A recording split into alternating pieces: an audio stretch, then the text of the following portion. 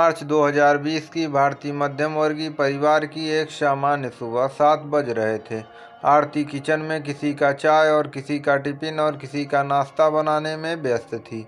चारों ओर से आवाज़ें पड़ रही थी, मम्मी मेरे मोजे नहीं मिल रहे हैं, अरे आरती मेरी चाय का क्या हुआ भाई, मम्मी मेरा आई कार्ड नहीं मिल रहा है। और ये आज ही नहीं, रोज़ सुबह का अखाड़ा था।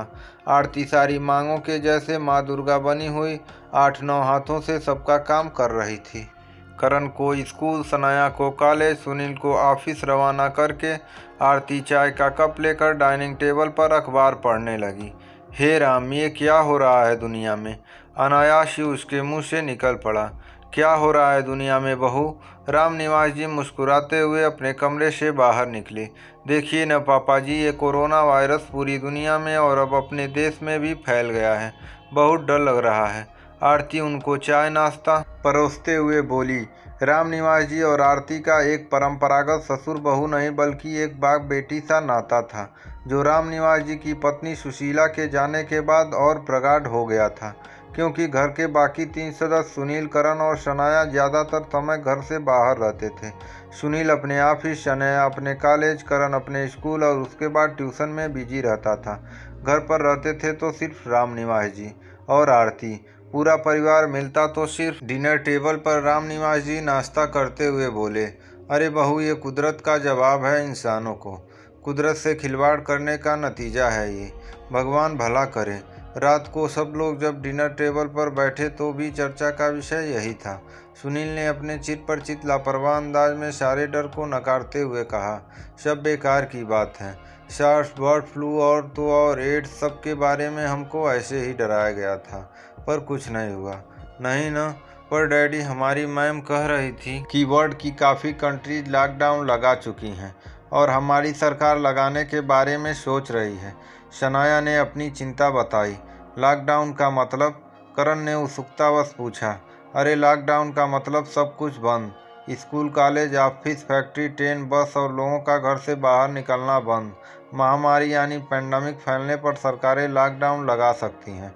रामनिवास जी करण को समझाते हुए कहा। वाह, स्कूल बंद? करण को खुश होता देखकर सुनील ने उसे डांटते हुए कहा, ज़्यादा खुश होने की ज़रूरत नहीं है। फिर सबको देखते हुए बोलने लगा, ये इंडिया है, यहाँ कोई लॉकडाउन बाकडाउन नहीं चलेगा। इंडिया है मतलब? रामनिवास जी को ये बात पसंद नहीं आई। एक स्वाभिमानी देशभक्त को भला ये बात गले उतरती भी कैसे? पिता की त्योरियां चढ़ते देख सुनील ने समझाते हुए कहा, पापा, मेरा मतलब है कि ये इंडिया इतना बड़ा देश है, फिर अनडिसिप्लिन्ड लोग, कोई व्यवस्था नहीं, कैसे लॉकडाउन लगेगा? इन सबके जिम्मेदार तुम लोग और तुम्हारी जनरेशन है। कोई राष्ट्रीयता की भावना ही नहीं तुम लोगों में। देश के वीरों के बलिदान को व्यर्थ कर दिया। रामनिवास जी झल्लाते हुए बोले। उनमें एक गांधीवादी राष्ट्रभक्त जाग चुका था।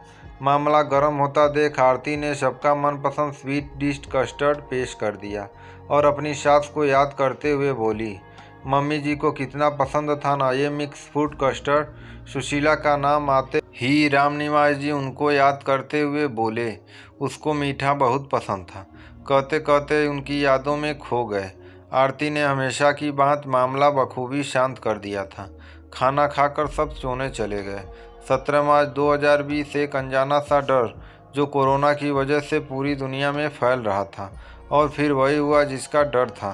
खबरें आने लगी थी कि शायद लॉकडाउन लग जाएगा। डर, भय और अनिश्चितता के इस वातावरण में आरती का मन भी अछूता नहीं था। शाम को सुनील के घर पर आते ही आरती ने कहा, चलो जल्दी, लॉकडाउन लगने वाला है, राशन स्टोर कर लेते हैं। सुनील ने अपने लापरवाह अंदाज में बोला, अरे इतना हड़बड़ाने की कोई ज़रूरत नहीं है, कोई कर्फ्यू इमरजेंसी थोड़ी लगी है, हफ्ता 10 दिन में खुल जाएगा। पर आरती कहाँ मानने वाली थी। उसे ज़बरदस्ती राशन लेने ले गई। दुकान पर बहुत भीड़ थी, मारा मारी थी। लोग कह रहे थे कि ये लॉकडाउन लंबा चलेगा, कम से कम 2-3 महीने। सुनकर आरती को और घबराहट हो गई। सुनील उसको पैनिक नहीं होने की सलाह देता रहा, पर आरती ने कोशिश करके तकरीबन 1.5 महीने का राशन तो ले ही लिया। सुनील भुनभुनाता रहा, पर आरती अर्जुन के जैसे अपने लक्ष्य पर अडिग रही। रात 8 बजे लॉकडाउन की घोषणा हो गई। School, college, office, rail, plane सब कुछ बंद और लोग अपने अपने घरों में। सबकी अपनी अपनी प्रतिक्रिया थी। इस पर सुनील का कहना था इकोनॉमी पर इसका बहुत असर पड़ेगा। सनाया अपने स्टडीज को लेकर चिंतित थी। रामनिवास जी इसे सुरक्षा के लिए उठाया सही कदम बता रहे थे। करण खुश था कि स्कूल से छुट्टी मिली। आरती भी कहीं न कहीं खुश ही थी कि सुबह सुबह के अखाड़े से तो मुक्ति मिलेगी, पर एक अनजाना सा डर, अनिश्चितता और कुछ खुशी का मिश्रित भाव सबके मन में था। लॉकडाउन का पहला दिन, घर के बाहर और अंदर के वातावरण में अजीब सी खामोशी। सब लोग अपनी इस छुट्टी का आनंद ले रहे थे। सुनील बिस्तर में अलसाया सा पड़ा था। सनाया बिस्तर से उठने का मन बना रही थी और करण नींद का आनंद ले रहा था। आरती भी सुबह सुबह वाले भाग दौड़ वाले वातावरण से निजात पाकर अत्यंत खुशी हो रही थी और आराम से बैठकर चाय और अखबार का आनंद ले रही थी। रामनिवास जी नाश्ता कर रहे थे कि अचानक सुनील कमरे से बाहर निकला और आरती को अखबार पढ़ते देख उसके हाथ से अखबार लगभग खींचकर फेंकते हुए कहा, क्या कर रही हो? तुम्हें पता नहीं इसमें वायरस हो सकता है? आरती हतप्रभ थी। अरे खबरें आ रही हैं कि बाहर की कोई भी चीज़ से वायरस फैल सकता है। अब से सारी चीज़ों का ध्यान रखना है। पेपर को आने के 3 घंटे बाद उठाइए और पढ़ने के बाद हाथ सैनिटाइज करने हैं या 20 सेकेंड साबुन से धोने हैं। हरी सब्जी और फ्रूट्स को 2 से 4 घंटे मीठे सोडे में भिगो कर रखना है। आटे का पैकेट, चिप्स के पैकेट, टूथपेस्ट का ट्यूब, सब कुछ को सैनिटाइज करने हैं। काम वाली बाई नहीं आएगी, कोई भी बाहर का व्यक्ति नहीं आएगा। सुनील बोले जा रहा था, हम अगर किसी ज़रूरी काम के लिए बाहर जाएंगे तो मास्क लगाएंगे और बगैर अपने को सैनिटाइज या नहाए बिना अंदर नहीं आएंगे और वो कपड़े भी डेटॉल में अलग से धोएंगे। पापा का विशेष ध्यान रखना है, बुजुर्ग लोगों को काफ़ी खतरा है। आरती सुनील के इंस्ट्रक्शन को ध्यान से सुन रही थी और रामनिवास जी इस वार्तालाप को। ये लॉकडाउन इतना महंगा पड़ेगा, आरती ने ऐसा सोचा नहीं था। सुबह सुबह की भागदौड़ से तो निजात मिली, पर पूरा दिन इसी में निकलने लगा। सुबह की चाय, फिर नाश्ता और लंच, उसके बाद बीच में बंच और चाय कॉफ़ी का तो दौर चलता ही रहता था। इसी के साथ साथ में झाड़ू पोछा। थोड़ी थोड़ी देर में करण सनाया को भूख लग जाती थी। उन्हें कुछ देना, फिर सब्जी लाना, उसको और खुद को सैनिटाइज करना। दूध के पैकेट, परचूनी के सामान को भी सैनिटाइज करके फिर व्यवस्थित करना। दिन कब निकल जाता था पता ही नहीं लगता था।